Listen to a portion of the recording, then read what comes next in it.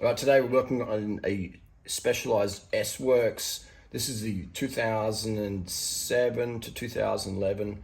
Just has a 6mm in there. It does have a little cap in there, but that's extra weight. We got rid of that.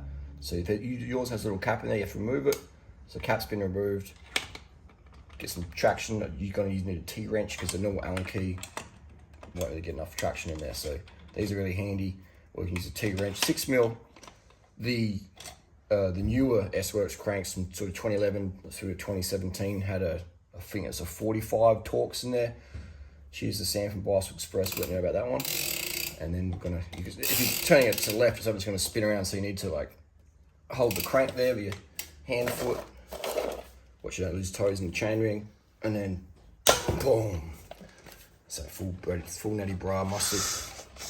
And you're just going to spin it like that, and then your crank's just going to fall off. We've got a rag here to catch any grease, any etceteras, and we're going to grease it because there's some complaints. We've got a complaint of ticking bottom bracket, so we're going to give it a bit of a grease out. Drop this chain off. There we go. So the ceramic bottom brackets in there. All right, so it's good to have a little wave washer. Be careful with the placement of that. So there's a wave washer on the left non-drive side, and also this little bearing here, this little cup. All right, so that's the order they're in. And we'll give it a bit of grease in there. It looks a bit dry. Drop our chain off. This is an S-Works Ruby bike, really nice bike for climbing, etc. Great high-end carbon bike. It's very, very cheap now. You can find one. And then boom, there we go. That's what you have. That's the little bolt in there. You can sort of see that's the one that joins it together. And this is the system basically. It's just like that. So the cranks, boom, have a lot of torque. So make sure when you put your cranks together that you have them the right way. It's quite interesting, isn't it? It's a sort of big fracture. It's interesting how it's not, doesn't look perfectly symmetrical, maybe because of the bearing. But yes, either way. And so this is the traditional BB30. There's a couple of, there's no circlips in there. Oh, actually there is, maybe there is, maybe there isn't. Probably is, but we're just going to give it a bit of a grease out. And just clean it in there. Clean out all the grit. It's something you can do very, very simple at home. Oh yeah, there is circlips in there. There's little circlips that hold the bearing in. So yeah, I'm just getting a bit of old grease out of that. And then we'll do the same for both sides. So just we'll make the video quite short and simple for you. This is the grease we use, sort of pretty organic, biodegradable, less toxic for your skin.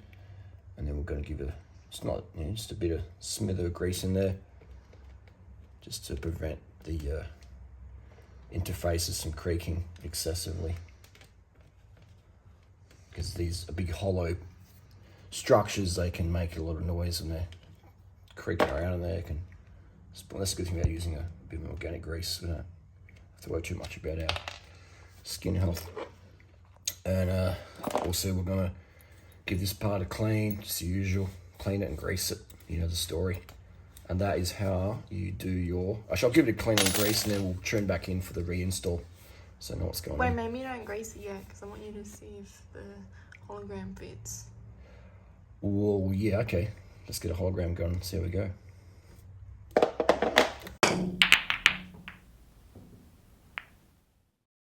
Okay, so we cleaned everything off. We used a screwdriver, just gently, just inching it millimeter by millimeter. Always when you're working on bikes, use precision, use calm, use patience, be carved up, just relax.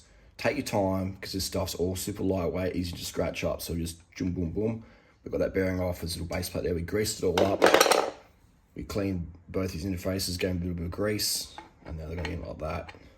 Just look at that, boom. Beautiful, beautiful. So yeah. All right, now we're going to back and install. Again, got that wave washer, looking like that. Always paying attention when something comes off or on, which way it's going to go on. And we're going to push it all the way in on the left there, pop it in, and now you can, if you want to pedal like a mermaid, Natasha, like that. Or we're going like this. So 12 o'clock, 6 o'clock, press it in, gently. Here we go, slops in like that, and then that looks pretty straight, up and down. So that's not straight. You can sort of see it's crooked, and then we'll pull apart a little bit, and then jiggle it together. That's straight. We'll get our 6mm in here, or it'll be a 45 Torx if you've got the newer crank. I'm just trying to get a bit of traction there. Just a bit of a jiggle. Here we go, now it's biting. Boom, look at that. Use the hand foot.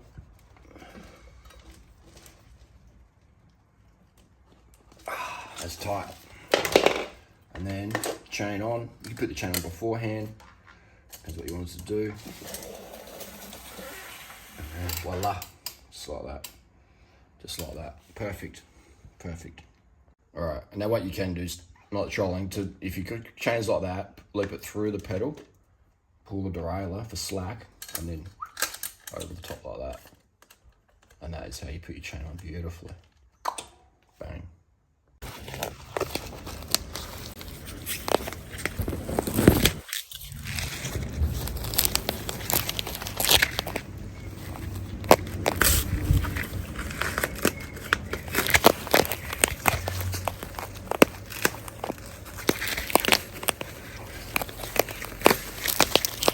Trying to get hungry now.